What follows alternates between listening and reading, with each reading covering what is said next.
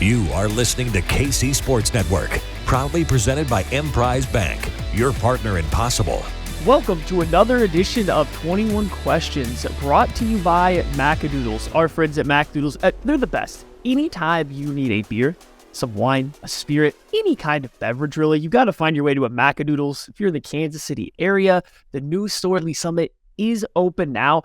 I'm so excited to come back to Kansas City next week for the NFL draft just so I can go. Really, like that's probably even more so than the draft. I'd rather just go hang out with our guys over at Macadoodles. So we appreciate them as always. Thank you guys so much. And anyone that goes and shows them support, we love you too. So now I am joined by the one, the only Jordan Foote as we are going through 21 questions. Now, what is 21 questions? Glad you asked, Jordan. This is the show where you guys ask us questions of any kind, anything that you want, and we have to answer them. All of these questions today are being pulled from the KCSN Discord. If you want to be able to ask questions in the future, just make sure you go to kcsn.substack.com, subscribe. You will then get an email with directions how to get into the Discord, and then boom, fire away all the questions you want. Jordan, first of all, before I get going, I'm just kind of like going off here. I'm doing a Kent monologue to start the show, not letting you talk. So how you doing, buddy? I'm good, man. I'm excited to come back on. I feel like we've done 21 questions a few times now. Me and Kent have done one. Me and Tuck did one. I'm a little partial because this is the one I've done the most, but I think the Jordan Maddie 21 questions usually goes pretty well. No, these are good. Like, see, here's the thing. People don't know when we record these shows. I'm not on 21 questions very often because everybody else has to record at night. And being on the East Coast, God, it's so hard to record late at night. So, like, you know, when me and you do it, or if I do it with Tuck, we can sometimes do it during the day, and it makes it a lot better. But all right, let's cook through some of these guys. I assume there's going to be a lot of draft questions. A lot of these stuffs have been probably touched on a little bit in other shows recently, so we might be able to fly through a couple of these. We're starting with Grayson and Jasper. Jalen Hyatt at 31, Will McDonald at 31, Isaiah Foskey at 63, or Blake Freeland at 63. Rank them from most upset. Okay, so out of those, Jalen Hyatt at pick 31, Will McDonald at pick 31, Foskey at 63, Blake Freeland at 63. Give me your rundown of which of those would make you the happiest to the saddest. I think the best pick is Foskey at 63, which is ironic because like both of us have talked about how we aren't huge Foskey guys and like we don't really care for him, but at 63 the value is good. Like if you're getting 90% of George Karlaftis around later, that's okay. So like I think that's fine. I think then second, probably Hyatt at 31. Like I don't like Hyatt much either, but he does give the Chiefs something they don't already have directly. He's an okay player. I know that's not like a ringing endorsement of a first round pick. Then Will McDonald at 31. Again, not a huge fan of him. Then Freeland. Like, I like Freeland. I like that he's a BYU guy. The Chiefs clearly will like that he's a BYU guy, but he just needs too much work, I think, to be ready right now to play. You can maybe get somehow if a Jalen Duncan was there. I'm not sure if he gets that far, but Freeland's more of a round 3 pick, I think. So my order would be Foskey, Hyatt, McDonald, Freeland. Yeah, I think I'm in the exact same boat. I kind of have Hyde and McDonald maybe tied. Will McDonald's not my favorite type of player, but I can convince myself that the athletic traits are there, that if he somehow learns to add weight, which he hasn't done in 5 years at Iowa State, and he somehow gets more pass rush moves, which he somehow hasn't done in 5 years at Iowa State, that there's something there with his athleticism. So like I could bring him up a little bit closer to Hyatt, like they're neck and neck for me, but it's definitely Foskey at 63 is the best. Then it's Hyatt, McDonald, and Freeland is a distant at pick in round 2. I don't even like him in round 3. I don't think Blake Freeland is going to survive in the NFL, if I'm being honest. Grayson also asked, who do you think has a better chance of making the roster, Justin Ross or Richie James? I want to hear your take on this. Like, I have a pretty clear answer, but I'm interested to see what you think. It's Richie James to me, pretty comfortably. Like the odds to make the roster is Richie James because, well, Brett Veach talked about his punt return ability, and Kadarius Toney can't stay healthy. Getting him off punt returns, probably smart. Sky Moore struggles with punt returns. Probably don't want him to be your punt returner. So like Richie James immediately has a role. He's also played a lot of special teams reps, not as a returner throughout his career. So he's got, I think, an easier pathway to make the roster. I would say if the question was who has a better chance of being a 750-yard receiver in this offense, I would say Ross. It's really low, but I would pick Ross having some kind of random breakout year that all of a sudden he gets back to his freshman year at Clemson, movement ability and health-wise, but just making the roster is Richie James. Yeah, I think I jive with that. Like, the Chiefs need his skill set more, I think, like, generally on the team than they need Justin Ross. And it's not like it's weird. And we talked about the Watson contract and how, like, the details came out immediately versus Richie James. People weren't reporting it. Like, it kind of decreased potentially his chances of making the team. That could be true. But, like, Justin Ross hasn't shown anything yet. And I think someone brought up in the Discord, there were, Cornell Powell was getting hype in the past. Like, the Chiefs, until you actually do something, it's hard to completely buy in. So I think it's going to be Richie James. It's not to discount Ross, but it's got to be him. Yep, I'm with you. Okay, we can make this pretty quick. Barv93 asks, if Sky was coming out in this year's wide receiver class, where would you rank him? That's a tough one, man. Obviously behind JSN, behind Q, behind Addison, behind Zay, behind Hyatt, he'd be right there with like Mims and Josh Downs for me, I think. Like, he'd be top 10. I just don't know exactly where in that last half of the 10 he'd be. I liked him. The rookie year didn't help a ton, but I think still, like, blind asking you last year today or whatever, it'd probably be later top 10. I have like my numbers and my rankings on this directly, so he would be right there as wide receiver 5, and he would be in the group with the top 4 for me. He would be closer to them than Jalen Hyatt or Jonathan Mingo, which would be my next tier down after the top 4. So wide receiver 5 for me, right there. Don't tell everybody, this is a secret. I have Jackson Smith and Jigba as my wide receiver 4. Sky Moore would be right there on his heels. So like I think he belonged in that group coming out. I do wonder if I maybe didn't give enough full credit to the fact that he ran a rather limited route tree coming out, and maybe that's playing the slow build in the NFL. So maybe a slow first season should have been expected to see where the upside goes. But like, if I ignore what happened as a rookie, yeah, he's right there with the top 4 guys for me, probably slotting in as wide receiver 5, but still right there with them. Yep. Oh man, getting a lot of these. Would you rather the Chiefs take Keon White or Tommy Adebawore at pick 31? I think, gosh, that's a tough one. I don't like Keon. I don't think anyone really is a huge fan of Keon White right now. The profile, the player, the age. Tommy I butcher it every time. Adebawore or Adewore or Adib. How do you pronounce it? Adebawore. You got see, exactly. Adebawore. I'm just going to call him Tommy, and people are going to know who I'm talking about. Tommy's intriguing. He has the athletic upside, like, he tested well. I just think White maybe gives you, do I even want to say a higher floor, like, in year 1 for the Chiefs' purposes? I don't know. This is like choosing between the lesser of two evils, I guess, at 31. Tommy's a fun prospect later than 31. Keon White, more of a round 2, round 3 player. So I'm going to say Tommy. Don't love either one. I go back and forth a lot with this. I just read it, but I'm just thinking about it now. On the surface, like, I don't see the upside for Tommy to say that there's like he's ever going to live up to pick 31, right? Like, sure.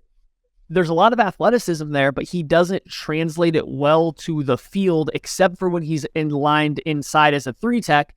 And same thing, I have an issue with Kalijah Kancey. You can't be a 280-pound 3-tech. And, like, the only guy that does that's Aaron Donald. And, like, I'm not going to let somebody convince me they're Aaron Donald ever happening. So I might have to say Keon White.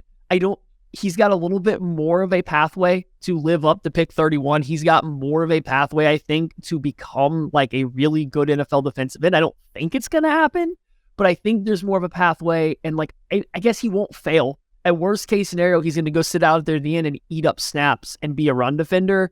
So I think Keon White, but boy, I really wouldn't like it. And so Squinto asked, name 3 round 1 facepalm decisions the Chiefs could make, not including a running back, to make it interesting. Okay, Keon White is number 1. Yep. Jalen Hyatt's going to be a number 2 for me, I think. No, take that back. Jalen Hyatt's not a facepalm, so no, I remove that. DeJuan Jones, Keon White, and I'm trying to think. I'm looking through my boards right now. I think those are the 2 big ones. Do you have your 3, or do you need me to keep buying time with silence? I think Keon's one of mine. I think reaching for a tight end like a Sam Laporta that like clearly isn't in that top tier would be one. And then probably a Josh Downs. Like I don't think he goes round one, but there has been some hype from certain aspects and areas of Twitter that like people love him. I don't think the Chiefs do. I don't think NFL teams necessarily do. But if they did, that'd be a massive like, what are you doing, buddy? Type situation. Yeah, so I'll go Keon White, DeJuan Jones. I really like the Josh Downs one. I think that's a really good one, actually, to add on there. I'll go Cedric Tillman, wide receiver at Tennessee. Okay. It's not even that I dislike him. I just think you're wildly overdrafting a guy because a lot of the other wide receivers are small. I think it's really it. There's no chance in the world that he should be a round one pick to me. And the only reason that we're even talking about it is because everybody else is tiny. So he would be up there. Yeah. All right. Z and Dara. Assume you were in the middle of the crowd on draft night in round one and the Chiefs are on the clock. Would you rather not be spoiled and find out the pick live in real time, or go to Twitter and find out the pick ahead of time, but watch everybody else's live reactions to the pick? It's like be in the moment 100% of the time, I think. Like, yeah, being on Twitter, and this is even when I'm watching like the NBA draft or whatever, no matter what it is, it's got to be, I don't like spoiling it. And like when I stream games or whatever for any sport, I hate that like I'm a little bit behind, 10 seconds behind, and I can see what's happening on Twitter. I'm not a fan of getting spoiled before it happens. So if you're not at the draft, you're just watching on TV or with your buddies or whatever, you're not looking on Twitter to see the picks. No. You're just you're literally time traveling and operating 7 minutes behind everybody else. Not 7 minutes, but probably like 15 seconds. Yeah, I think. Oh no, I think Twitter picks come out a lot early. Like if you just follow on I think you're a couple minutes behind if you're just going live. If I was at the draft, I would be in the moment for sure, right? Like if I'm at the draft, I'm going to be in the moment. We did our live watch along the draft last year, and we started out at first trying not to spoil the picks, right? We tried to let the TV catch up, but when the TV could, a lot of people were in the crowd, people were reading out picks. You could see people's reactions before the TV was even close. So we just had to start spoiling them then. So like if I'm at home or like when we're doing the KCSN draft show during the draft, we'll probably just end up spoiling the picks and stuff. But yeah, at the draft, go ahead and live in the moment. And hey, we're going to live in the moment right after this ad. Thanks for listening to KC Sports Network. Make sure you download our new app. Find it on the App Store or Google Play. Just search KC Sports Network. Entertain, educate, inform. KC Sports Network. Oh, welcome back. We are here. We are still going through 21 questions. We got C-Bones has a good one here. Do we think that there is any... Okay, so do you think the Chiefs' interest in Zay Flowers is telling about how they feel about Sky Moore? I don't think so. I don't think they're mutually exclusive necessarily. Like, yeah, there's a bit of redundancy, I think, in the profiles of the player. And, like, they're going to go all smalls if they end up bringing in Zay minus MBS and Watson, I guess. But I think they believe in Sky. I don't think that a rookie year where he just didn't play, it said more about the Chiefs, I think, than him a little bit. I think they believe in him. I don't think that just because they like Zay means they don't believe Sky can't be a guy. Like, I don't think he was going to be a wideout one anyway, no matter what. And I don't think bringing in Zay or being interested in him necessarily rules him out as a top candidate. Yeah, I mean, I agree with that. I think there's place for both of them to operate on the field at the same time. They do have overlapping skill sets, but that's as long as you don't start to get 3, 4, and 5 guys. And hey, Kadarius Toney and Richie James, what's going on, guys? As long as you don't start having 5 guys with the same skill set, then it probably makes a little bit more sense. From Christian Gumminger himself, also known as K. Goodell, in the Discord for putting on the amazing KCSN mock draft this year. Name one person in KCSN that you would love to dunk a basketball on. I don't want to say Tuck because Tuck is like, I don't want to say low-hanging fruit either because I don't want to make a short joke. I guess I'm just roasting Tucker today. It's got to be Kent, dude, because like Kent claims that he's good at hooping, and like I just want to see the look on his face when I posterize him. I think that'd be the funniest thing ever. Yeah, I mean, like I think everyone would choose Kent. Like you can't choose BJ because his ankle's already blown up from trying to play basketball with some A dudes. Craig's so tall and so nice. I don't want to dunk on Craig. Yeah. Tucker, it is what it is. So I mean, Kent's like the obvious answer, I think, right? Yeah, I think so. Yeah. Christian also asked if you could have any player from K-State in this year's draft, who are you picking? I'll answer first. If I'm taking away the round and it's just like, hey, I magically get that guy, then give me Felix Anudike-Uzomah because he's going to find a role. He is going to carve out at least some playing time on this team. If I'm locking into taking him in round 1 at pick 31, where I think you'd have to, I have a little bit more hesitation. I don't know if I've seen enough to say that I think he's worth this swing in round 1. So then it gets a little bit trickier. Yeah, I think so too. Like, I think Julius Brents is intriguing with the athletic profile, and Deuce Vaughn maybe could help the offense in a very small capacity, but like Felix can actually eventually play starting reps. And if you take away the round, I don't think he's a round 1 prospect personally.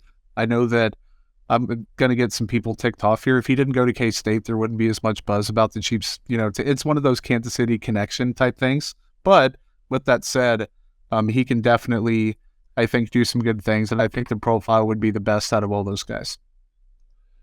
Okay. We got the Patriots co-GM in here dropping us some questions. Nick's at it. He says, have we secured a spot for a one-on-one basketball?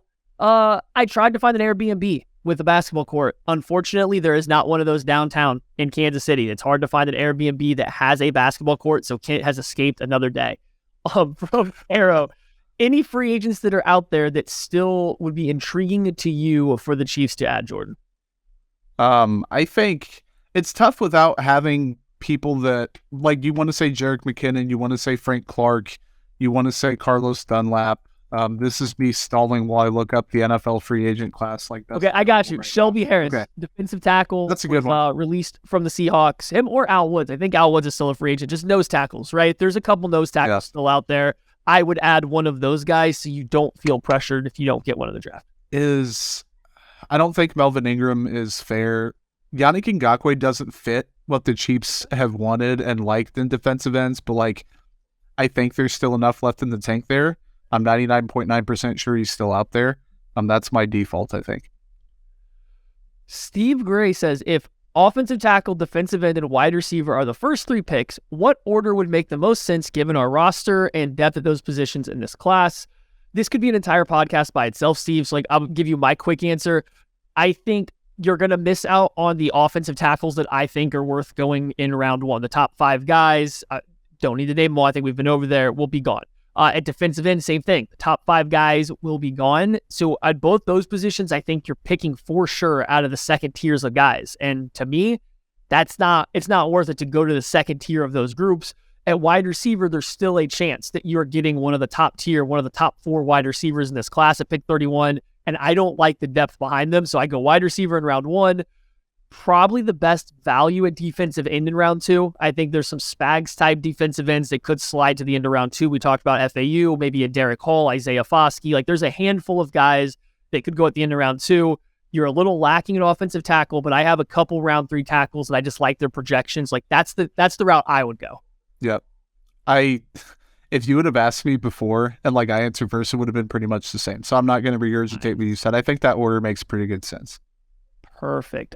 Grayson asks, when do we get our 10 picks for each draft? I think Grayson's referencing the people that work on the KCSN draft guide. We do what's called the draft, and we draft players that we think the Chiefs will take to see who wins. Last year, I won for the second time, the only 2-time winner, just like the current iteration of the Chiefs are 2-time world champions.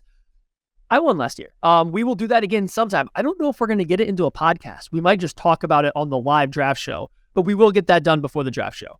Lee87, I do see your question about interviewing that you asked in here. I'm going to save that for another day when hopefully BJ will be on here because I think BJ might have the best answer to that question. My answer would be I'm really bad at this interview right now. I just want to be a scout for you guys instead. I don't want the pressure of being, Anyway, we'll get to your question next week.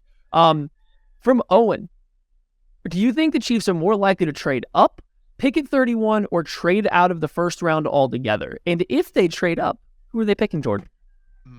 I think if they trade up, you're looking at a wide receiver. You're looking at Isaiah Flowers. You're looking at a Quentin Johnston. If they trade up, I think also an offensive tackle makes a lot of sense for them. I do think they're not trading out.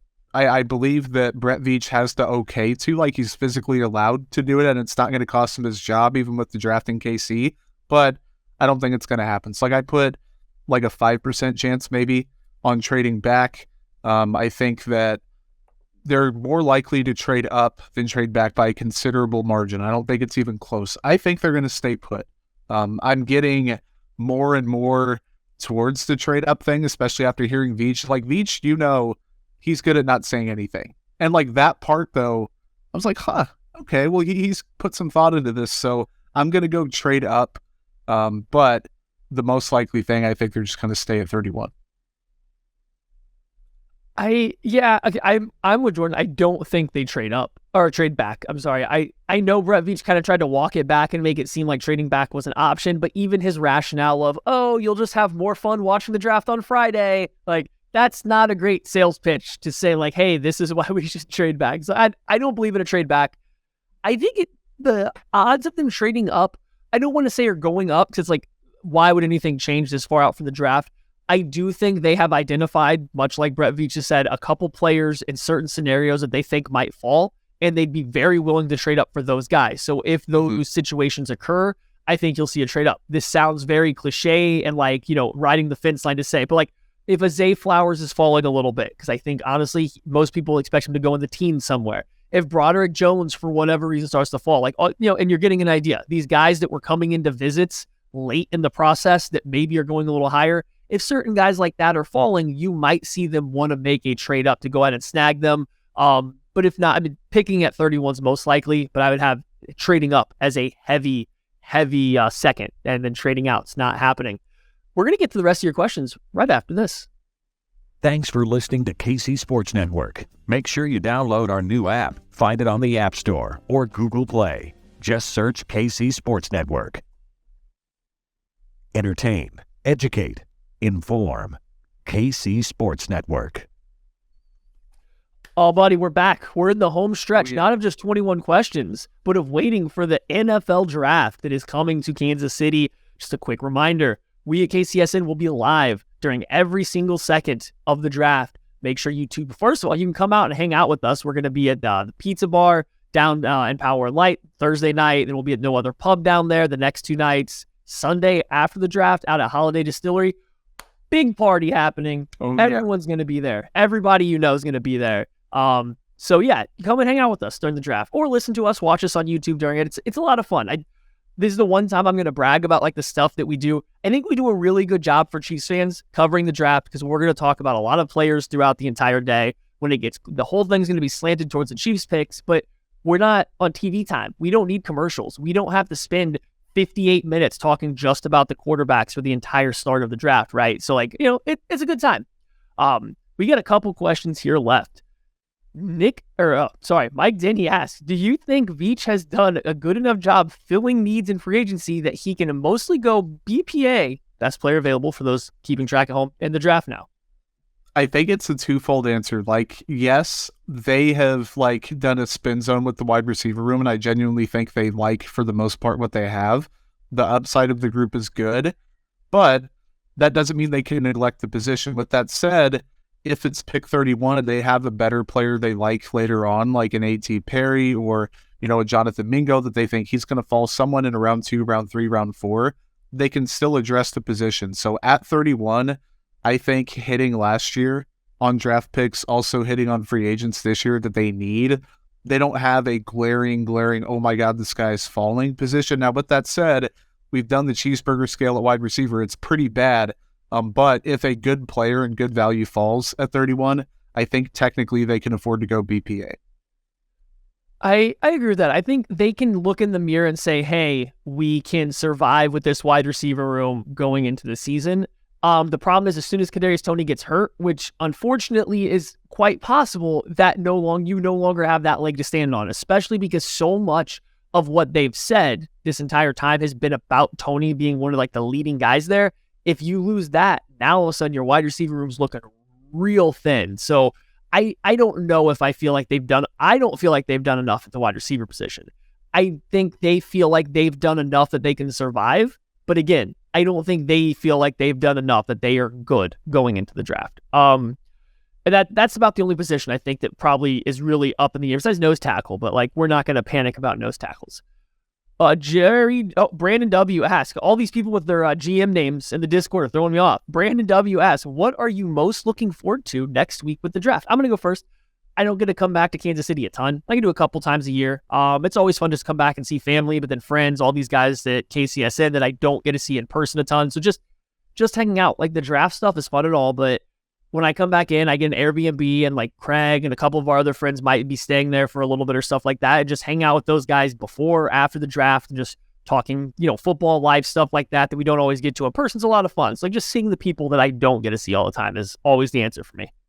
Yeah, no, that's definitely my answer, number one. Number two, I actually get to go to it. The SI site, it got me down there. That's going to be, man, wild, like navigating through the traffic, both on foot and in vehicle, but like it's going to be worth it. It's going to be insane. It's going to be busy. It's maybe a once-in-a-lifetime type thing. Like hopefully they do come back at some point, but I'm stoked for that too. Andy Nagel, what player that has a reasonable chance to be available at 31 helps Kansas City the most this upcoming year and moving forward? Define reasonable, Maddie, because Zay Flowers ain't going to be there. But like you can reason that Zay Flowers is going to be there. Okay, I'll say Zay Flowers is it reasonable to be there at 31, but I will use this. Jordan Addison's my wide receiver one, but I think it's reasonable to think he'll be there because we're kind of looking at Addison's biggest hot range is what? Maybe the Giants, the Bills, unless somebody before that. Like that seems to be the range that most people have him going in. A lot of people see him as a late first, early second type guy. So I'm going to take Jordan Addison because immediate reliability and consistency at the wide receiver position. He's the best separator versus zone and man in this class. Not like JSN's great versus zone. I have questions versus man coverage at the NFL level. I think Addison will routinely be able to get open. He can play at all three levels, inside, outside. He can do everything, and that allows you to move other wide receivers around as you see fit. So that's where he helps going forward. That consistency on day one, I think he helps the most, in my opinion, of all those spots. Yeah, and people want to bring up the weight with Addison. Like I'm not going to be like anti weight criticism for prospects, anti like analytics, like the numbers even show it, and like watch the tape. Like it's not a major issue for him. And I think you said in the Discord, like compared to even a JSN or guys later in the class, it doesn't show up that much. Like he is innovative enough, he's creative enough, he's consistent enough, he's reliable enough, his leverage is good, he understands how to find soft spots in zone, he wins versus man pretty damn routinely. I think Q has the upside to help more long term, but in the short term, he just can't do as much, I think, as Addison right now. So I'll split the difference and go with him. All right, final question here from Connor. What are our personal favorite day 2, early day 3 running backs and wide receivers? Is in running back, wide receiver, in that range you would predict the Chiefs will draft? Okay. Woo! There was some grammar there that I had to fight through. You're all good. Day 2, early day 3 running backs and wide receivers that you would like for the Chiefs to take. Man, I think I'm just going to list. So this is a prediction. Guys. I'm sorry, you're predicting, not guys you like. These are the running backs, wide receivers, a late day 2, early day 3 you think the Chiefs would take. That's even tougher because like I can go off my guys that I like a ton, and like you'd think, and me and you overlap a lot in a lot of our guys are just naturally better fits for the Chiefs because that's what we think about more often, right? But I think wide receiver wise, I kind of like Ronnie Bell, and he seems like a later guy that the Chiefs, he has a high floor. I think he's just a really intelligent player, and he understands how to get open and can consistently do it. I like Parker Washington from Penn State. I think me and Kent share that. Not sure the Chiefs want him, though. He's another small. Running back wise, you can really take your pick. Like he could be an Eric Gray. It could be a Sean Tucker if he falls a little bit. I think I mocked him earlier on Friday. I'm going to list those guys. Predicting what they're going to do, whole lot harder than predicting what you think you would do. I agree with Parker Washington. I think he's one the Chiefs might actually like. If you're looking for a direct like Juju type replacement. Now, Juju Smith-Schuster played outside a ton for the Chiefs, and I don't think Parker Washington will do that. He's not as explosive, and he's not as big. He's thick, 210, 15 pounds, but he's like a couple inches shorter than Juju. But similar skill set, right? So if you want to play him as a power slot, get a possession receiver over the middle of the field that'll block, work his tail off, create some yak, He makes a lot of sense in that range. Jaden Reed out of Michigan State is actually another wide receiver I think that fits a ton. He's similar to the guys at the top, plays a little inside, a little outside, not the biggest guy, but 5'11", 190, good speed, has shown the ability to win on all three levels. So those are two receivers. Running back wise, I'm a big Tank Bigsby fan. I think he runs really well, good instincts, willing in pass protection, makes guys miss. So he's one guy. Roshan Johnson out of Texas for essentially the exact same thing. And then Trey McBride out of UAB is a running back that actually kind of had the best statistical performance in pass protection. It sounds like the Chiefs are interested in bringing Jerick McKinnon back, so maybe a pass protecting running back won't be the biggest need, but I do think they need someone that can help take the load off of Pacheco going forward, and if they can also protect as well in the passing game, I think that's a big bonus. Is there anybody else that jumps to you, or are you all good, buddy? I think I'm all good, man. You covered pretty much anything else I had. Let's go. We have finished it. We have answered 21 questions. Count them up if you like or don't. We have answered full 21 questions. Thank you guys so much for asking them. We appreciate it. We are excited to see all of you next week as we get to the draft that is in Kansas City. Thanks for watching this production of KC Sports Network, the fastest growing sports media network in Kansas City. Check out these videos that feature our team of more than 15 former players, insiders, and analysts bringing you the best Chiefs coverage you can find. Entertain, educate, inform. KC Sports Network.